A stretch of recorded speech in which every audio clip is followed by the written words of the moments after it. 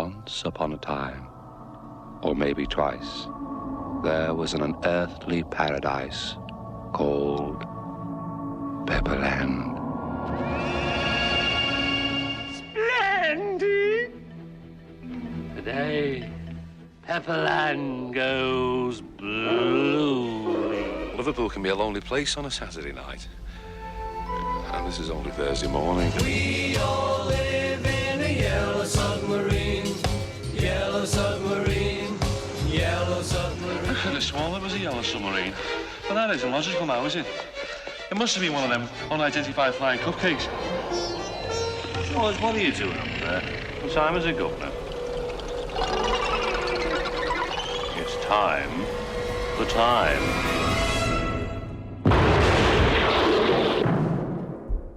Hello, I'm Edith Bowman. And I'm Robbie Collin. Now, welcome to the Yellow Sub Sandwich, a podcast celebrating the fact that the Beatles Yellow Submarine is back on the big screen across the UK, Ireland and the US from July, marking its 50th anniversary. Now, you can find all you need to know about where you can see the movie and book tickets at yellowsubmarine.film. So, this is a podcast with a difference. It comes in two parts, a bit to listen to before you see the film and a little bit for after. Joining us here in the studio to discuss the film are one of the original animators, Malcolm Draper. Hi, Malcolm. Hi. And commissioning editor of film and music on The Times, Ed Potton. Hi, Hello. Ed. Now, we'll also hear from Peter Lord of Aardman Animation, whose direction and production credits include Chicken Run, Flushed Away, Arthur Christmas and Early Man. Award-winning animator Chris Shepherd, Simpsons and Futurama writer Josh Weinstein, and Sam Carter of top metal band Architects on why it is worth catching it on the big screen this summer. As Edith said, this podcast comes in two parts. If you don't mind spoilers, then by all means listen to both before you watch the film. But the ideal way is to listen to this bit, then watch the film, as it was intended to be seen on the big screen, of course, from July the 8th, and then listen to part two, which contains all the stuff we couldn't talk about now.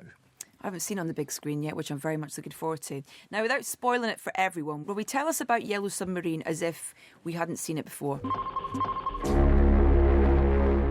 OK, so let me take you back, let me whisk you back to 1967 when the Beatles were in the middle of recording Sgt. Pepper. This was the decisive moment in their career, I think, when they moved away from that mop-top, cheeky, chappy image on which their recording career had been launched. There was still one loose end to tidy up from that era, which was this three-film deal that they'd struck with United Artists. But the first of those three films, A Hard Day's Night, the live-action film they'd made with Richard Lester, had actually been not only incredibly successful, but was a real critical success as well, and I think totally holds up as this kind of new wavy sort of early masterpiece from the era still today. So that had gone down very well. However, the following year they made another film with Richard Lester called Help, which was more of a sort of wacky caper. And none of them were particularly satisfied with that, I don't think. So the idea of making a third film in this deal was really not particularly appealing to any of them at that point. Now, around the same time, since 1965, this animated series had been running on American television, kind of week in, week out, crazy adventures of the band. It was incredibly popular, but it wasn't particularly good. But what it did prove is that there was this international appetite for animated Beatles adventures. Now, the producer of that series, Al Brodax, basically put two and two together and realised the United Artists contract could be fulfilled if the third film was an animated one. And that could be made with basically minimal input from the band beyond these 3 or 4 extra songs they'd been contracted to produce for the soundtrack. The Blue Minis are coming. Groovy. But when the animators went into Abbey Road to listen to Sgt. Pepper, which was going to be the album, all of these tracks they'd have at their disposal for the film, I think they realised the magnitude of what this album was going to do to not just the Beatles' career, but to pop music in general, and realised there was this basically once-in-a-career opportunity to do work that would live up to the music and would be as kind of revolutionary for animation as the music was going to be for pop music. What the animators at TV cartoons were able to do was draw in all of this kind of crazy avant-garde influence from artists like René Laloux, Valerian Borovchik, Robert Breer and Stan Vanderbeek, who were producing these crazy sort of really out-there animations in Europe and America, but which general audiences had no experience of whatsoever. And the studio basically realised that because the Beatles weren't particularly interested in how this film was going to turn out, at first anyway, and because it had to be done incredibly quickly, the premiere had already been booked in for 11 months' time, so basically the deadline had to be hit. they would basically be left to do whatever they wanted to do, and that is exactly what they did.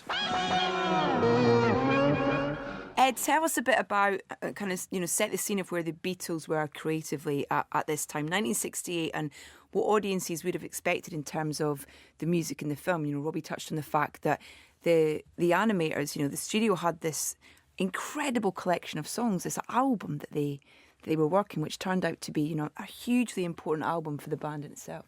It's a hugely important album, and it's almost like a bookend between two different eras. It shows you how quickly the Beatles were evolving at this point, because the Beatles were actually almost leaving psychedelia behind. They're about to go off and go to Rishikesh and meditate with the Maharishi and make the White Album and go off in a completely new kind of stripped-down direction. So I think McCartney particularly sort of wasn't unsure about this kind of psychedelic direction for the film at first, because he thought that was almost sort of old hat, even though everyone else was just getting their heads around Sgt. Pepper, etc. But then once he actually saw the animation, was really kind of won over by it. So a lot of the songs that they used in the film were pre-existing things from this kind of psychedelic purple period from the Sgt. Pepper's album, even from Revolver, from Magical Mystery Tour. But the new ones they added were often kind of recorded around that same time, but with the exception of one, which we'll talk about later, which was very much foreshadowing the new direction they go in. It's almost like a kind of stripped down, back to basics, new sound. So it just shows you how quickly the Beatles were moving at that point, and the public still had a huge appetite for psychedelic music and psychedelic visuals, as we've seen going together. And this is one of the first times we actually saw them both kind of in concert on a big screen together. And that idea as well, that in terms of, the film being revolutionary in various different ways, in terms of how music's used within film, in terms of, these songs providing a soundtrack, prior to that, where music had sat within cinema, it was very different.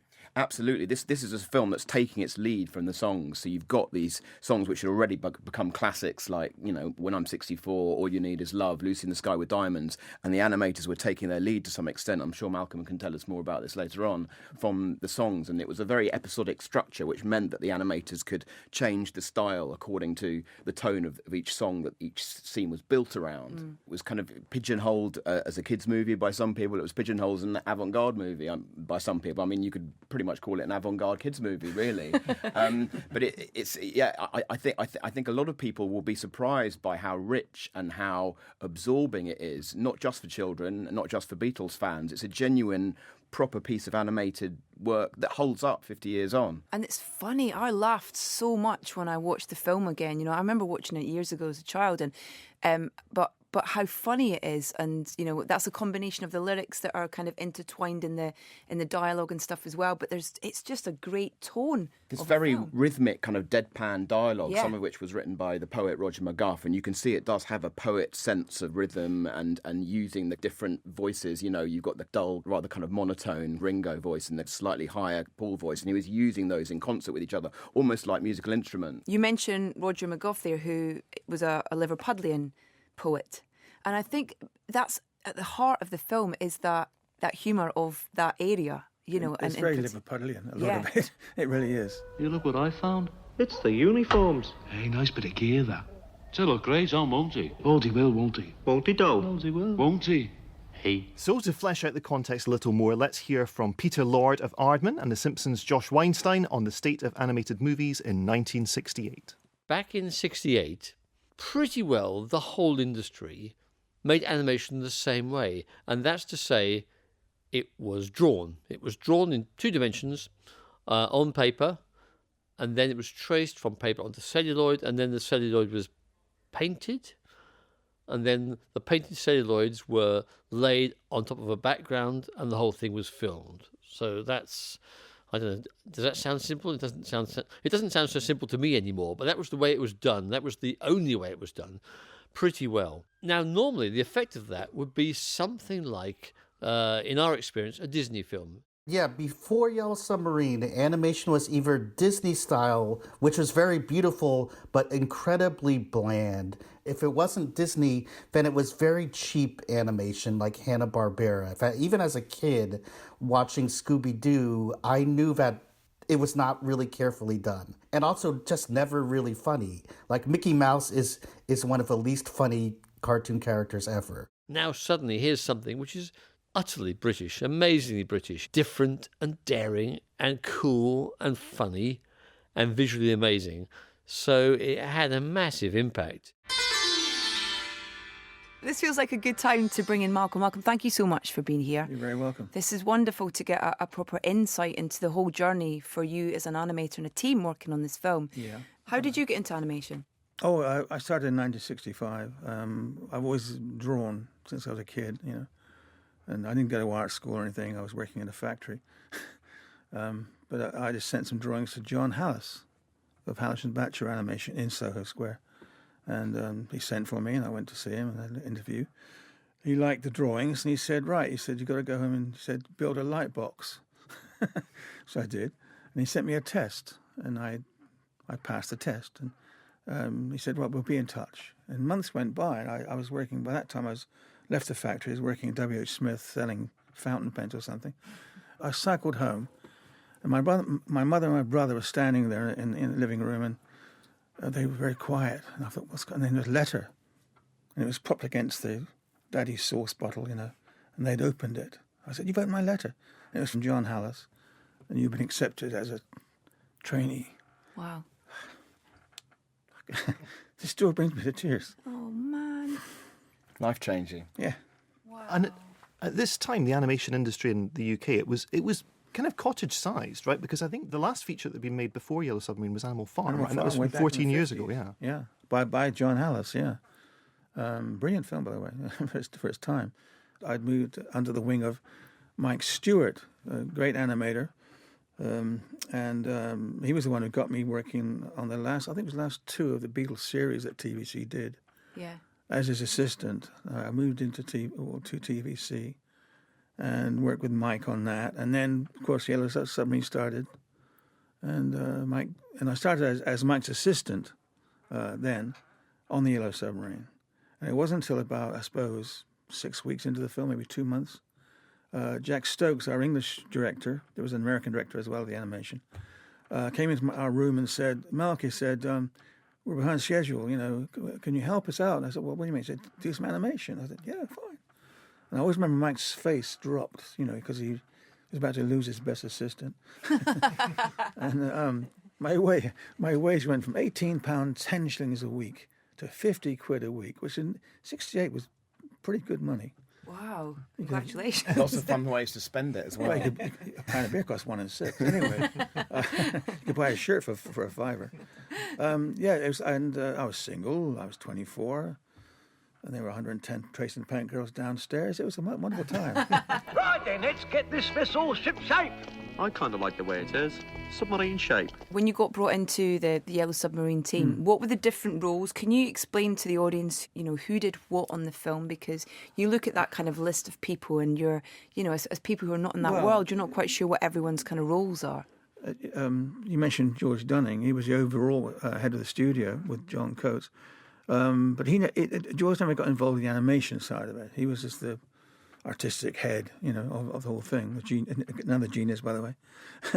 And under him was Jack Stokes, the English director, and Bob Bolser from America. And they were directors of the animation. Under them were the key animators, like Mike Stewart, Anne Jolliffe, who was there, and other people, Dave Livesey, you mentioned, and eventually me. And then under us were assistants, in-betweeners, they were called, because they did the in-between drawings between what's called the key drawings of any movement. Yeah. So, and then, of course, it goes down the line to tracing. They trace our drawings off on celluloid, on cell. And then it goes down to the paint department, and the tracings are then turned over and painted on the back side of it. Yeah. With opaque paints. And then those go to the camera department. And because some other department has been doing backgrounds. Most of those are very good painters in their own right, good artists. Then the coloured cells are then placed over the backgrounds and shot under a rostrum camera. And that's the way we did it. Where into this structure did Heinz Edelmann fit? Because he was the guy, I think when it was decided that the film was not going to be in the style of the Beatles animated series, he kind of designed the character look, and he was this graphic designer from where he was Czech-born German, wasn't he? He was, and he worked in Dusseldorf, I believe, on Twen magazine, which was then a very pop art kind of, was it pop art, or I don't know what you call it? Yeah. pop art time. And Charlie Jenkins, one of our animation directors, was married to a German. So and I think somehow he got to know Heinz, and he liked his stuff that he was doing for Twin magazine, and brought him in, introduced him to George and to John, and said, "Look at this guy's work." And they loved it right away. John Coates said that's it.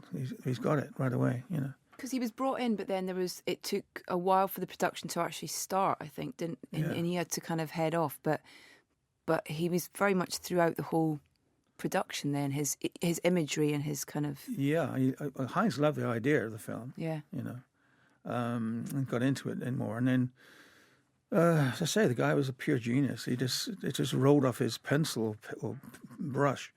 It was brilliant the way he designed those characters, and no one's had ever done anything quite like that before. Were you there around him whilst he was, I'd go in his room and watch him draw and paint, yeah. And he was a lovely man. Yes, they do look very nice, don't they? Yes, they do. They do, though, don't they? Yes, they do. Don't they, though? Was there a script? Because what was your brief? In terms of were the songs the brief? I mean, I worked in many studios in my career over the years, and animators are never brought in at the beginning, and we're never given scripts to look at. So you'd just be assigned a song, as an animator would be assigned a song to do a sequence or a sequence, or a scene, And then we were given a soundtrack of the voices if the character was speaking, and they're broken down phonetically, so you knew how to make the character. I worked with Mike on When We Need Is Love, first thing, and I carried on with that when I was animating as well. I carried on doing some animation on that with Jack Stokes, the director. That would be one of the most sought-after ones, you would have thought, maybe. Yeah, it was. Well, we enjoyed doing it, Mike and I, yeah. And we all got on well, It was great.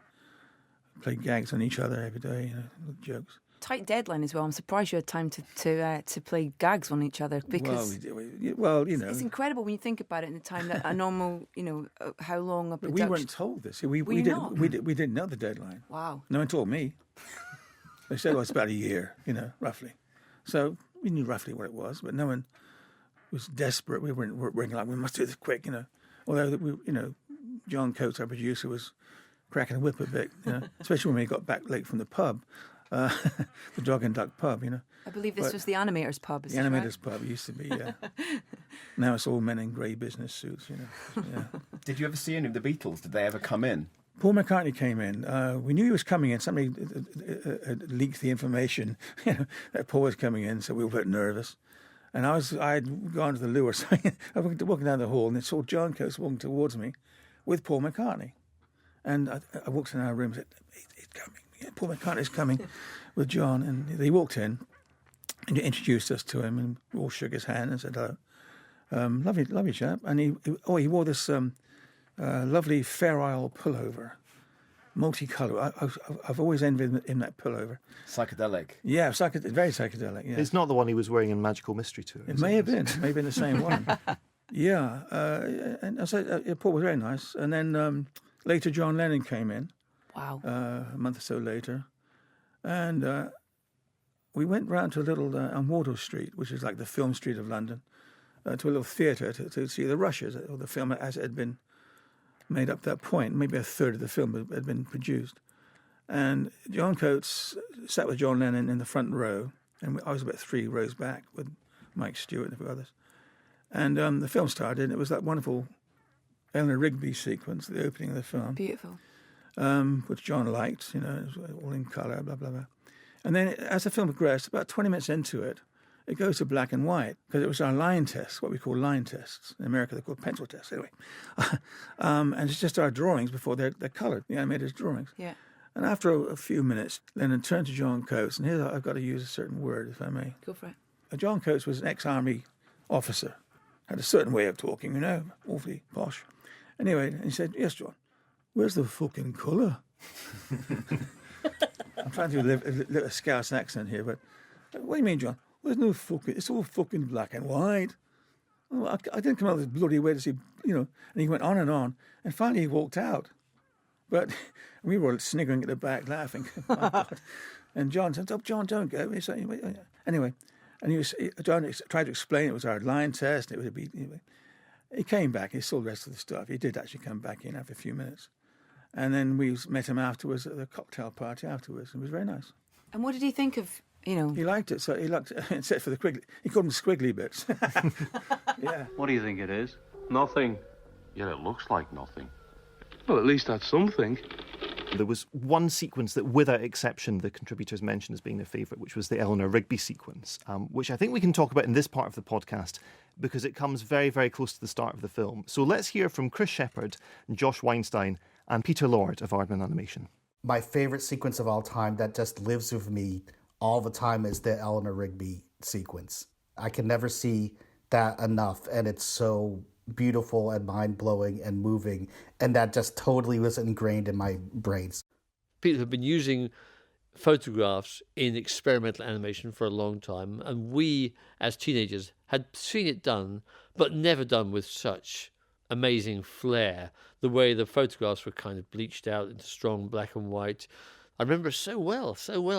The crane down over the rooftops of Liverpool, you know, it's just amazing to see that on the screen. And then there were things like the use of sort of Victorian images treated in various ways, I guess traced and enhanced, a thing that Terry Gilliam picked up a lot on later. That was a very striking thing. I was quite good at art, I was quite good at cartoons, but still I looked at these images and I couldn't guess then how they were put on screen. I couldn't imagine. That to me like brings together all my universe of being in Liverpool, and I find it quite moving. I mean, the opening shot of that sequence, I almost cry when I watch it. It gives me a tingle down my spine when you have the liver birds, the liver buildings, and the sun rising behind it, and that big ascending mute. I'm getting a shiver now thinking about it. The ascending orchestra coming up and the big sun, and you think, wow, I think that's where I come from. That's me, but it's beautiful. Because in the 80s, 70s and 80s, it was become like everything was boarded up. But you saw that and it made me realise that where I come from, maybe like quite a working class background, could be beautiful with the Eleanor Rigby sequence. And you see the sunrise, and then it changes colour, it goes with purple, goes orange, and then it sort of goes almost like the day has started and it goes like sort of black and white.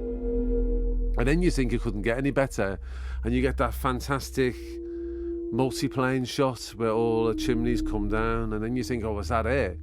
But then the punchline, it has like all the ship's foghorns and all the smoke. Look at all the lovely people. And then Eleanor Rigby kicks in. I mean, that gives me a shiver just thinking about that.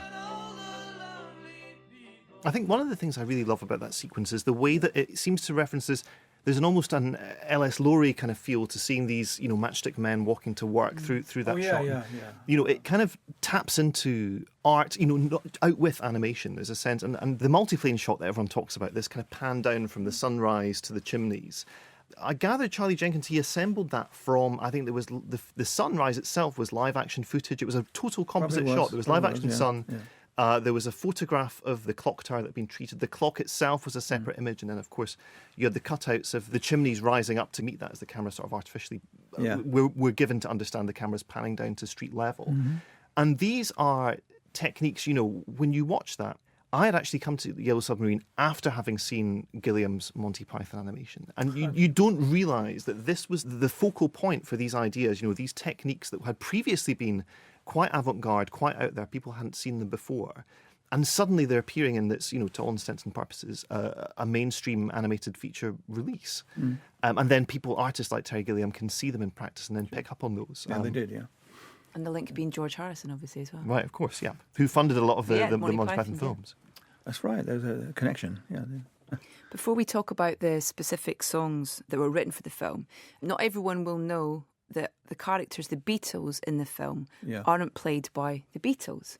In fact, United Artists didn't want it revealed that it wasn't the Beatles in the film and threatened to withdraw all advertising from certain newspapers in perpetuity if they revealed it wasn't the Beatles.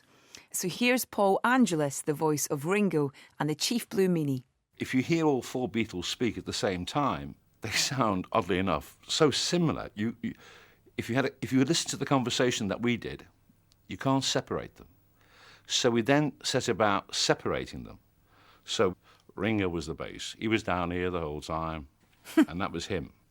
And then Paul was up there, and Amazing. George was somewhere else, and John was down here, sarcastic, at the back. But we put them on separate voice levels. And in fact, we didn't imitate the voices. We tried to recreate what we thought were their voices. Because Jeff Hughes, who did Paul, that voice is nowhere like Paul's. And yet it becomes recognisable as Paul's voice because he captures something about him. It kind of like an innocence and a simplicity, and at the same time, a wariness that is not as sarcastic as John Clow's version of John, because that was always very sarcastic. And then we had the innocence of Peter Batten, who turned out to be an escaped, well, not an escaped, a deserter from the British Army of the Rhine, who was recaptured in the middle of the filming and the voiceovers. So I had to sort of take over and finish his voice off. It was quite fun, you know. It's great hearing him dissect those voices. You can instantly hear those characters, can't you?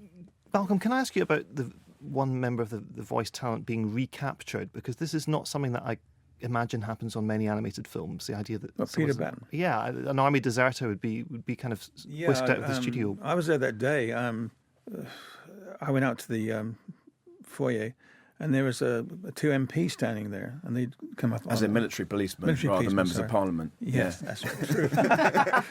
Yes. And they were asking about Peter Batten, and he was there. Obviously, he'd been visiting John Coates, I believe, and they arrested him. And I saw him being marched out, and John Coates was pleading with them he's got one more recording to do. You know, let him do one more recording. And I believe they marched around to this recording studio on Wardour Street and did the recording, and then marched him off to the... It's not going to be a very relaxed take, is it? No. Yeah, exactly. He was a lovely bloke. I met him a couple of times, Peter Batten. He was a lovely man. Well, listen, amidst all this talk about the film itself, we shouldn't ignore the 4 new songs written for the film. Ed, will you tell us about the songs? One of the things that's always talked about Yellow Submarine is it was quite an easy gig for the Beatles because they didn't actually have to do that much work. They came up with 4 unreleased songs, all of which they'd actually recorded previously. I remember it being at the studio one evening, and I'd working late because I was behind schedule on this scene, and they wanted to shoot it next day, so I had to stay late, about 10 o'clock in the evening. And Heinz Edelmann came down to my room. It was just he and I in the whole studio. No one else was there. And he said, Malcolm, he said, do you want to hear something special? I said, yeah, what's it? He said, come with me. And he said, this has just been delivered by taxi. And it was a tape from John Lennon addressed to Heinz saying, can you use this music? And it was, I think, a couple of those songs. Was it Hey Bulldog? Yeah. And we were the first one to listen to it. It was just straight from Abbey Road. You know, and he played on Did you feel privileged? Did yeah, you feel I did. like, yeah. I mean, he played on his little tape recorder, and wow, this brilliant stuff, you know. And it's a note from John Lennon saying, "Can you use this stuff?" kind of thing. Well, I mean, that's the no, you're all right. yeah, fine. You know, fine. I mean, yeah. I thought it was brilliant. Thanks, no thanks.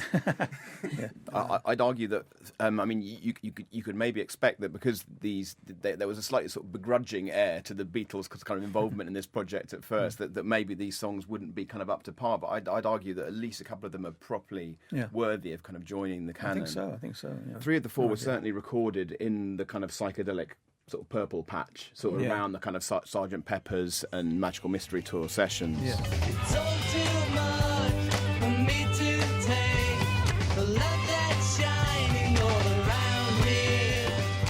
It's All Too Much is this kind of now seen as a kind of a minor classic of kind of psychedelic rock. You know, it's sort of George Harrison, very much inspired by LSD. I think it's fair to say. That was the one we used for the boxing, which I animated. Yes. Yes. The box that you see of science. Yeah, I mean, and the Beatles much. had previously said things like, you know, Lucy in the Sky with Diamonds with nothing to do with drugs. I think it'd be quite hard to sort of dispute that this one was certainly influenced by drugs, but also transcendental meditation. So they were obviously, after this film, just after they recorded the kind of live action sequence at the end of this film, the Beatles all went off to India. So this is very much sort of the forefront of their mind. 1, 2, 3, 4. Can I have a little more? 5, 6, 7, 8, 9, 10. I love you. 8, Hey, Then you've got things like All Together Now, which is very much kind of intended to be a kind of a children's style song That was with used kind at of the end of counting. the film, I think. Absolutely, Yeah. there's a reprise at the Yeah. end of the film. And you've got kind of counting, you've got alphabets, you've got references to children's games. That's very much the Beatles kind of getting on board with this being ostensibly in some ways a children's film.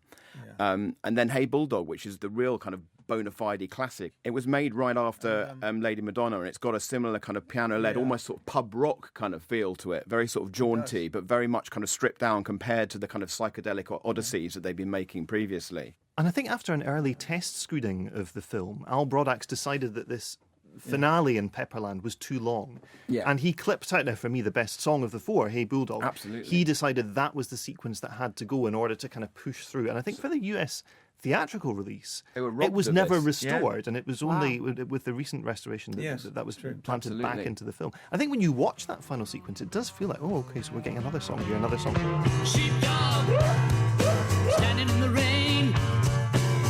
Bullfrog, doing it again. Some kind of happiness is measured out in Well, listen, we talked to Sam Carter of metalcore band Architects about his love for that particular song. Hey Bulldog is one of my favourite Beatles songs. And also just because of how cool the actual video is as well, to actually see them be in the studio together and see them having fun, I think, before things started getting a bit more serious. But especially watching John and Paul do the last little take on the song, it's so cool to actually to have that documented. I mean, Hey Bulldog starts with a sort of classic rock and roll riff, and the fact that it starts on the piano and then slowly you hear the song build, and then Ringo comes in with that really solid backbeat. And also the fact that the difference in actual parts of the song. Originally, I think Lennon had the demo of the chorus, which was just a double-track chorus of the You Can Talk to Me, You Can Talk to Me, which was amazing. But then actually hearing how they actually just managed to make that into a song with that amazing riff at the start, played on piano and guitar. But just from the songwriter point of view, it's just like a great rock and roll song. Really catchy, really simple, and it just does everything that you sort of want a rock and roll song to do. And also the production on it is fantastic as well. I think it was recorded when they were supposed to be doing a video for Lady Madonna. So I think you can hear like the similarities in the sound. I think Lady Madonna was more McCartney and Hey Bulldog was more Lennon, which was Lennon's reply to Lady Madonna as well, which is also interesting. Here's animator David Livesey talking about the difficulties of animating a bulldog. Heinz Edelmann did the design of the characters, and this really echoed through the whole film. How do you interpret this? I mean, Heinz did kind of almost cut out characters. You know, the drawings were almost like cutouts, and much of the film, if you look at it, are in a kind of cutout style. We then, as animators, had to interpret how that would be done. You know, how do you make a cutout look three-dimensional without it being foreign to the rest of the film? So that was one of the major problems. And of course, the Bulldog was really one of those characters which looked great as a single drawing, but when you come to physically move it, which leg moves first? How does it actually physically move? Like a crab, you know, this sort of thing. So it had many kind of complexities from an animation point of view. But I suppose in retrospect, it looks reasonable enough, you know, I mean, it does the job and it seems to have a character as well as you can expect, you know, with a thing like that. But it was a great character to work with, you know, that was how we found it. It's good. Was surrounded. Nice dog, though.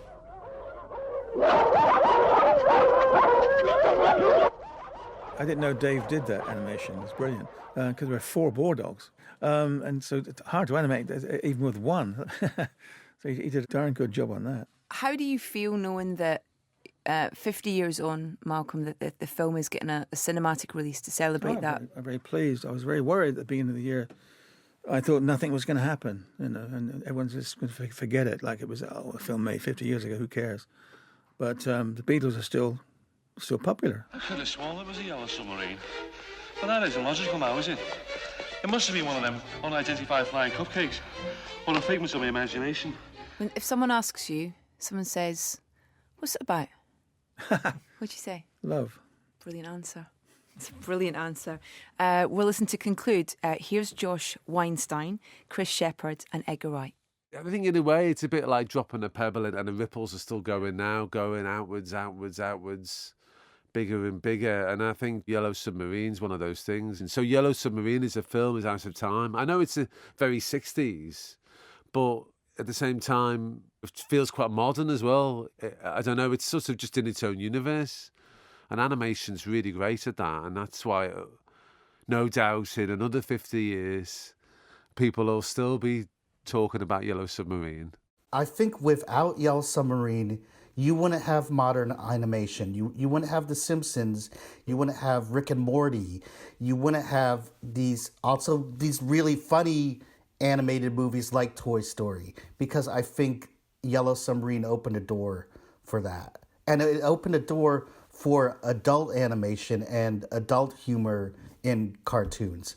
Before Yellow Submarine, people really thought, oh, it's just kids' stuff. The restored version I just saw at the Pitch House Central. They had a advanced screening, and I went with my brother, who I think I probably watched it on TV with as a kid, and we both thought it was extraordinary. It just really held up. The sound was fantastic. Really worth seeing on a big screen. Little TV doesn't really do it justice, so I highly recommend seeing it for the first time, or if you've never seen it on the big screen or haven't seen it for a few years, it's definitely worth watching again. It's great.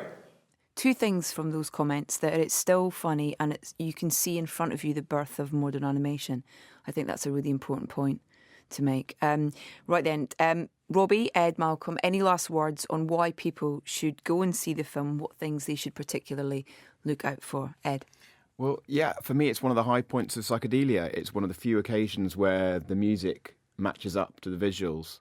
And it's got everything in there that you love about the Beatles. It's got the humour, it's got the experimentalism, it's got those kind of messages of hope and love, all in one handy bottle. It's fabulous.